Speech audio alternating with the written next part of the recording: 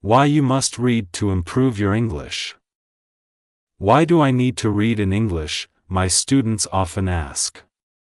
They might say, I attend classes, do my homework, and watch English movies, so why should I read books? But in reality, reading is one of the most effective ways to improve your English. Let me explain why. First of all, reading has become more crucial in today's world. In 2006, only 1 in 100 people attended university, but today, that number has risen to 7 in 100. Almost every job today requires more reading and writing skills than they did 100 years ago. Whether you work in an office or as a technician, reading is key. Second, reading will enhance your speaking, writing, vocabulary, and grammar better than any other method. While it might not directly improve your listening skills, expanding your vocabulary through reading will make it easier to understand spoken English, which in turn helps with listening comprehension. In school, you probably read a lot of English, but it was likely through boring textbooks and stories with exercises at the end.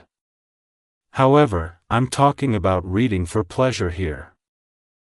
This means choosing books that you want to read simply because you enjoy them, not because a teacher assigned them or because you feel obligated.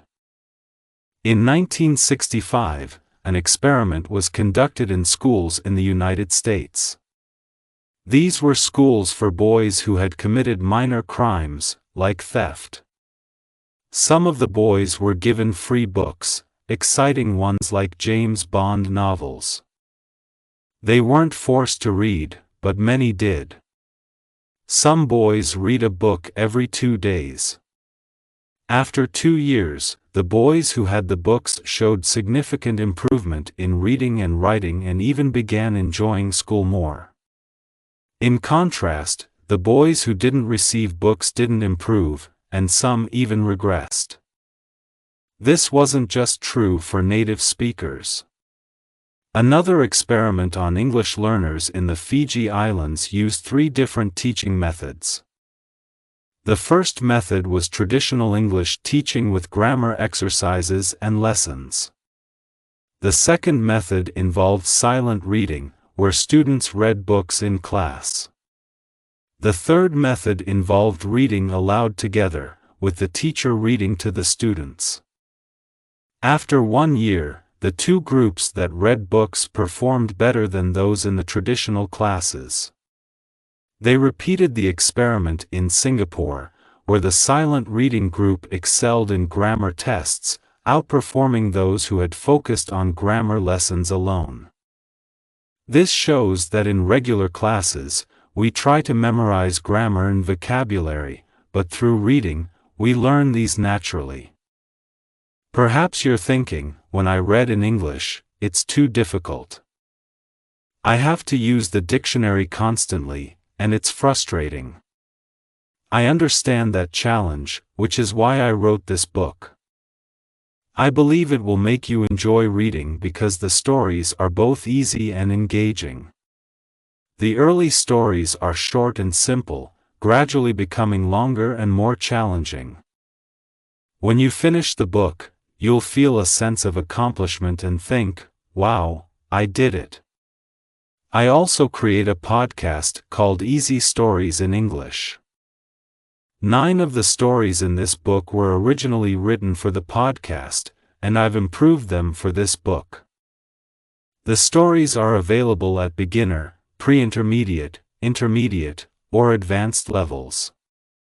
They are all fairy tales, some are well known, while others are less familiar, and one I wrote myself.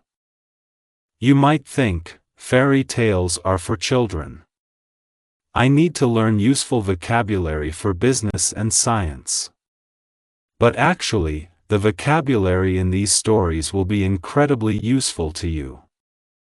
Macquillan conducted an experiment analyzing vocabulary in 22 novels, finding that 85% of the words appeared on academic word lists necessary for university study. Rolls and Rogers did a similar experiment, showing that reading 1,000,000 words of science fiction could significantly enhance students' understanding of essential academic vocabulary. I understand if you're still skeptical. I was, too, when I first learned about this. However, I love learning languages and trying new things, so in 2017, I decided to experiment on myself. I'd wanted to learn Spanish for a long time, but traditional classes didn't get me very far. I committed to reading 1,000,000 words in Spanish, about 20 novels. It was a lot of work, but I started with very easy books, then moved on to Spanish translations of books I knew in English, like Harry Potter and Game of Thrones. Eventually, I read original works by Latin American authors like Isabel Allende and Jorge Luis Borges. I also listened to podcasts but always read along with transcripts, adding the words to my reading goal. After finishing my 1,000,000-word goal, I found that I could read and understand almost everything in Spanish, even when speaking with native speakers. I was at an intermediate level, able to understand and participate in conversations, all without explicitly studying grammar or vocabulary. In just 1 year, I learned more than many students do in 5 years. Now, you might be thinking, I don't believe this, or I'm going to start reading for hours every day. But here's something crucial: you must read books that are easy and fun. If a book is too difficult or boring, put it down and find something else. Language expert Stephen Krashen advises only reading things in English that are fun and interesting, even if they're so easy you wouldn't read them in your native language. Comics, magazines, detective stories, romance novels, anything you enjoy is fine. Don't feel bad about reading translations. If the books are simple, you'll pick up new words naturally without needing a dictionary. What's the right level of difficulty? Studies suggest that you should understand at least 98% of the words in a text. That's a high bar, but let me give you an example. Here's a text where 10% of the words are nonsense words, so you understand 90% of it. Jerry flowered out of bed and opened the curtains. He bmed to himself as he made breakfast. He made coffee and put butter on his puffer. Someone called his phone, and he picked it up. He was very surprised by who was tornling, so his Vinky fell on the floor. Was that easy to understand?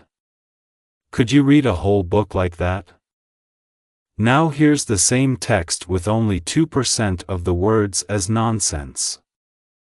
Jerry jumped out of bed and opened the curtains. He sang to himself as he made breakfast. He made coffee and put butter on his toast. Someone called his phone, and he picked it up. He was very surprised by who was calling, so his Vinky fell on the floor. That was probably much easier to follow. This is why reading for pleasure is so effective. You might not understand every word, but you'll grasp enough to enjoy the story without constantly reaching for a dictionary. So if you find this book too hard, choose something simpler. If it's boring, pick something more fun. Not everyone will like my writing, and that's okay. Find a book that works for you. When we enjoy ourselves, we learn much more effectively. That's why I made sure this book has no exercises. I considered adding some after each story, but I believe your time is better spent simply reading more.